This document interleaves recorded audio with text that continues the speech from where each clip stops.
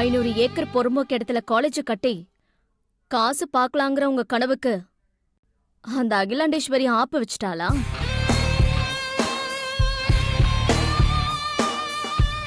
என்ன பாக்குறீங்க? நீங்க அந்த அகிலாண்டேஸ்வரி கிட்ட காலேஜ் விஷயமா பேசிக்கிட்டு இருந்தத நான் கேட்டுக்கிட்டு தான் இருந்தேன். அகிலாண்டேஸ்வரிக்கு காலேஜ் நடத்தணும்னு ஆசை இருந்தா வேற ஏதாவது இடத்துல நிலத்தை வாங்கி காலேஜ் கட்டிருக்கலாமே. நீங்க சொன்ன அந்த பொறம்போக்கு இடத்துல தான் காலேஜ் கட்டணுமா? எம்பி ஆயிட்டோம், இவனுங்களால நம்மள என்ன செய்ய முடியுங்கிற ஆணவம் திமிரு. அதனாலதான் அகிலாண்டேஸ்வரி இப்படியெல்லாம் பண்ணிக்கிட்டு இருக்கா. உங்களை பத்தி அகிலாண்டேஸ்வரிக்கு இன்னும் சரியா தெரியல.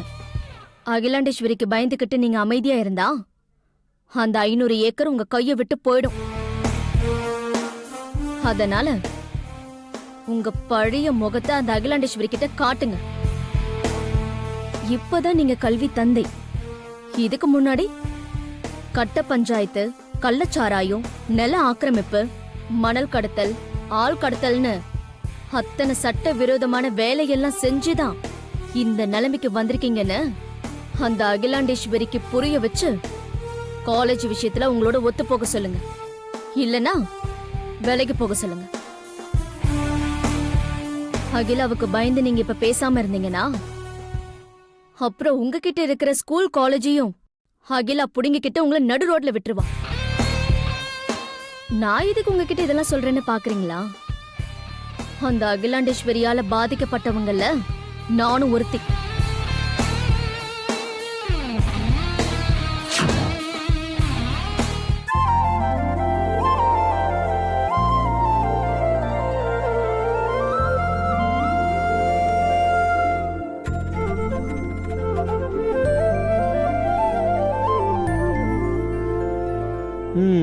அண்ணனும் தம்பியும் கொடுத்து வச்சவனுங்க.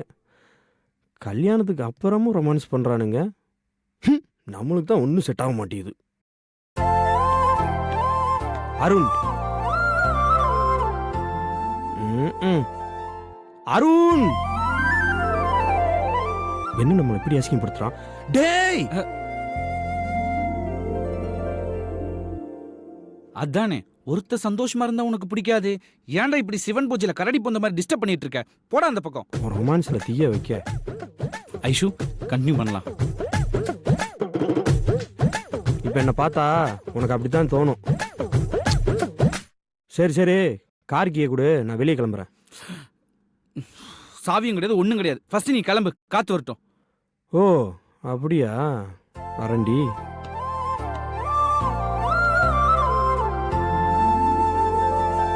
ரொமான்ஸா பண்ற? இந்த வரண்டி. ஹலோ, வாங்களே ஒரு நிமிஷம். இங்க இதோ வரேன் sir.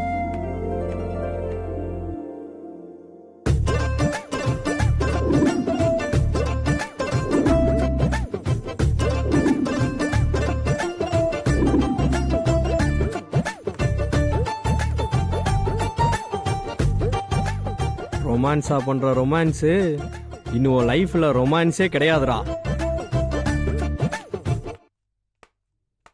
Hi Arun, how are you? நீ முன்ன விட இப்ப ரொம்ப ஹேண்ட்ஸமா இருக்க. தேங்க்ஸ். இப்போலாம் நான் உன்னை ரொம்ப மிஸ் பண்றேன் டார்லிங். டார்லிங்கா? உன் கால்காக நான் வெயிட் பண்ணிட்டு இருக்கேன். எப்போ மீட் பண்ணலாம்? எனக்கு கால் பண்றியா? நீட்டா? நான் வரேன். பை.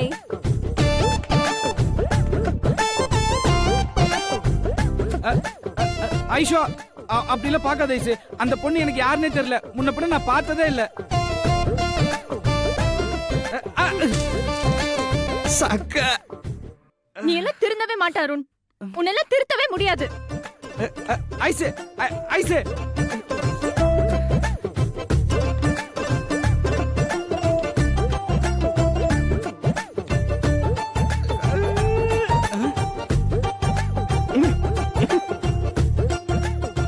ஒழுங்கா கார்கிய கொடுத்திருந்தா இப்படி எல்லாம் நடந்திருக்குமா? என்னடா பாக்குற? டேய், பொண்ணு எப்படி நல்லா ஆக்ட் பண்ணுச்சா? துரோகி.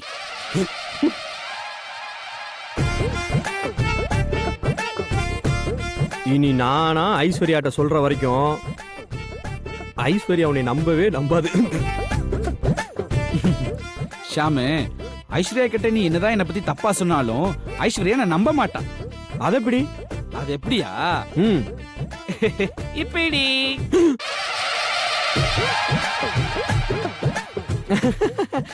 இல்ல ஐசு, சும்மா ஜஸ்ட் ஃபன்னுக்காக பண்ணது. பண்ணா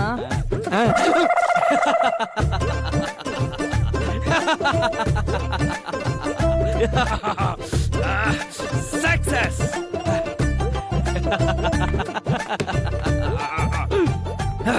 டேஸ்ட் எப்படி இருக்கு? என்ன ஒரு புளிப்பு, செம டேஸ்டா இருக்குதே. இந்த ஜூஸ் நம்மளுக்கு கொடுக்கவே இல்ல. எங்க கிடைக்குன்னு முத போய் வாங்கிட்டு வந்துடுறேன்.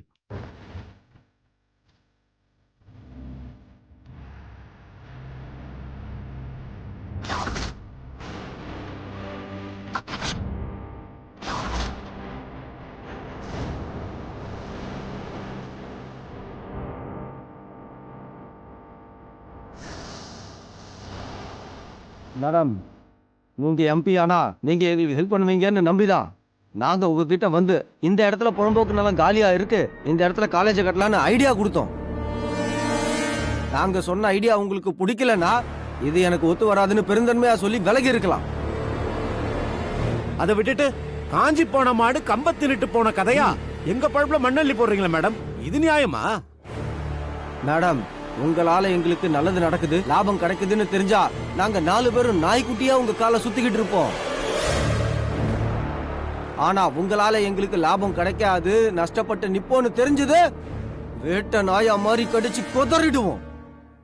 என்ன பயமுறுத்தி பாக்குறீங்களா? இப்பதானே நீங்க எல்லாம் கல்வி தந்தைகள். இதுக்கு முன்னாடி கட்ட பஞ்சாயத்து, கள்ளச்சாராயம், நில ஆக்கிரமிப்பு, மணல் கடத்தல், ஆள் கடத்தல்னு அத்தனையும் சட்ட விரோதமான வேலைகளை தானே செஞ்சுக்கிட்டு இருந்தீங்க. உங்களை மாதிரி நாய்ங்க கொலைக்கிறதெல்லாம் பார்த்து பயப்படுறவ இல்ல இந்த ஆதிக்கடவுர் அகிலாண்டேஸ்வரி. இது உங்களுக்கு நல்லதில்ல, ஆபத்தை விலை கொடுத்து வாங்குறீங்க. நாங்களா பக்கா ரவுடி போக்கிரி.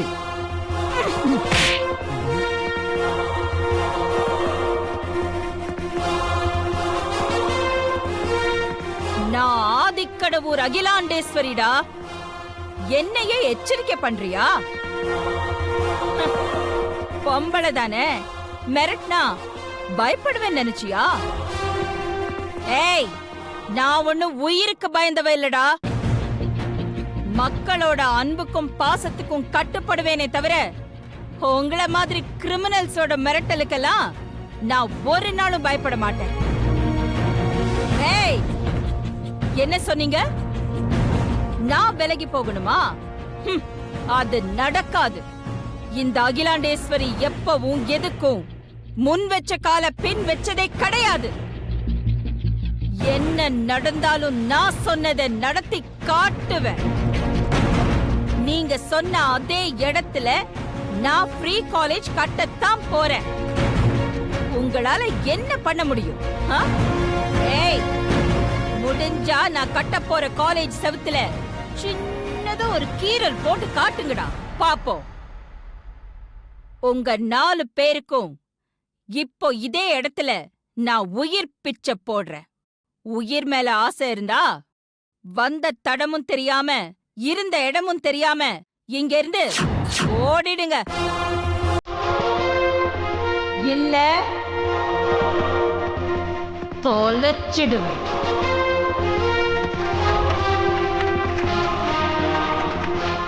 மா,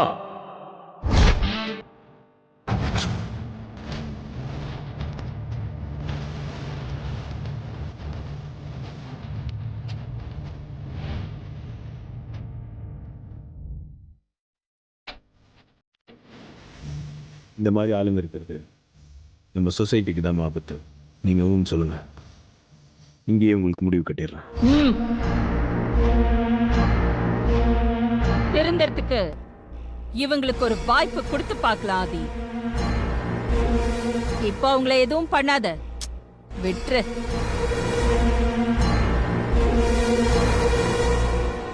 இன்னுமா இங்க நின்னுட்டு இருக்கீங்க?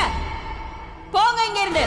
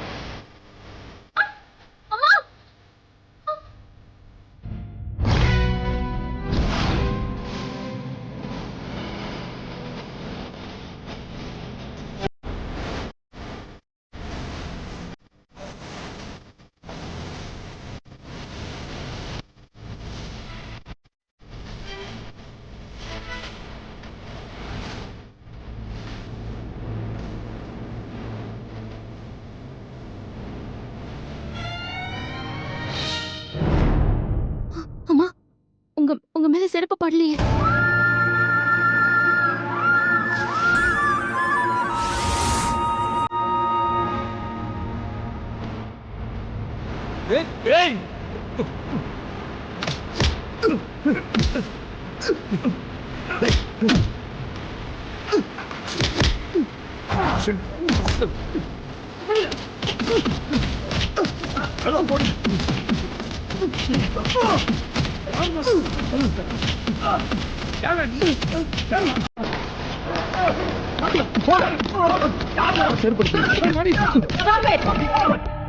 அவனை அடிக்காதீங்க.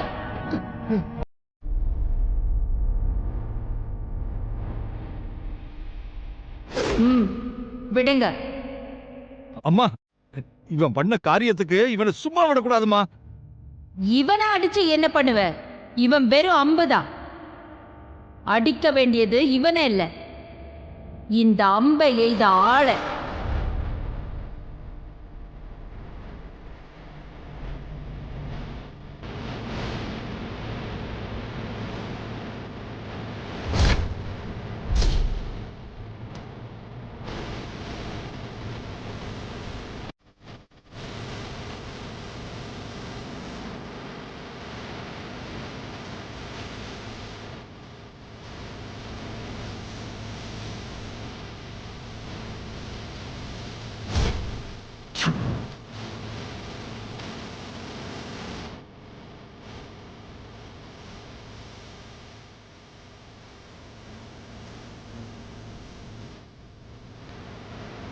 அம்மா, ஒரு நிமிஷம்.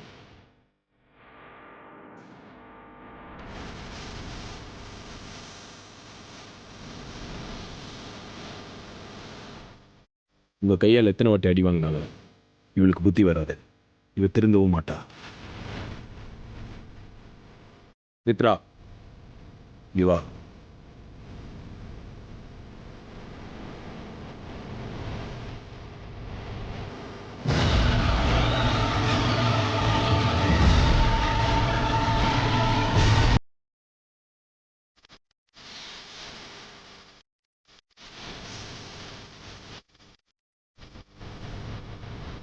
அம்மாவை அவமானப்படுத்துற நந்தினிக்கு நீதான் தண்டனை கொடுக்கணும்.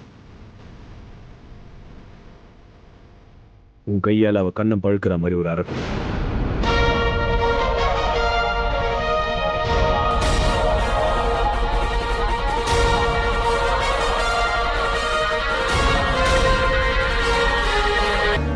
என்ன யோசிக்கிற? இந்நேரம் நீ நந்தினி கண்ணம் பழுக்கிற மாதிரி அறவிட்டுருக்க வேணாமா? உன் சிஸ்டர் மாதிரி இருக்கிற நந்தினி எப்படி அறையிறதுன்னு யோசிக்கிறேன்.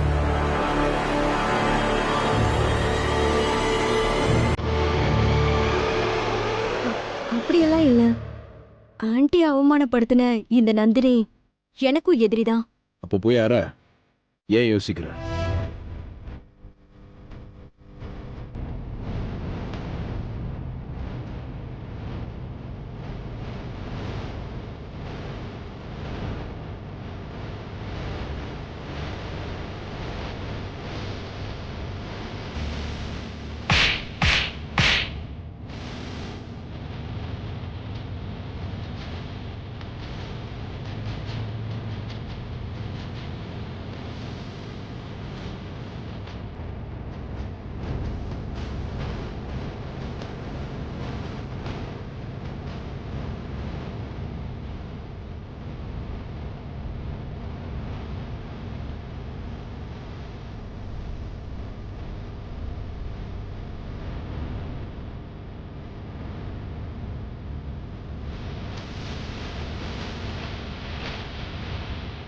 ஆதி, மா.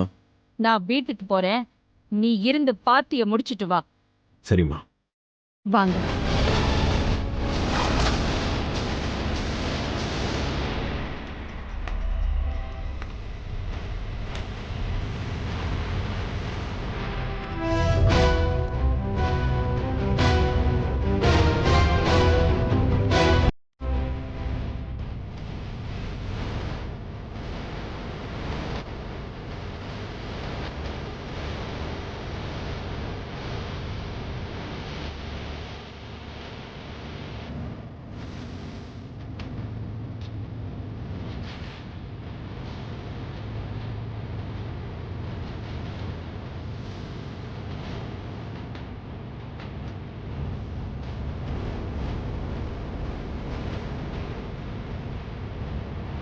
ஒரு நிமிஷம்.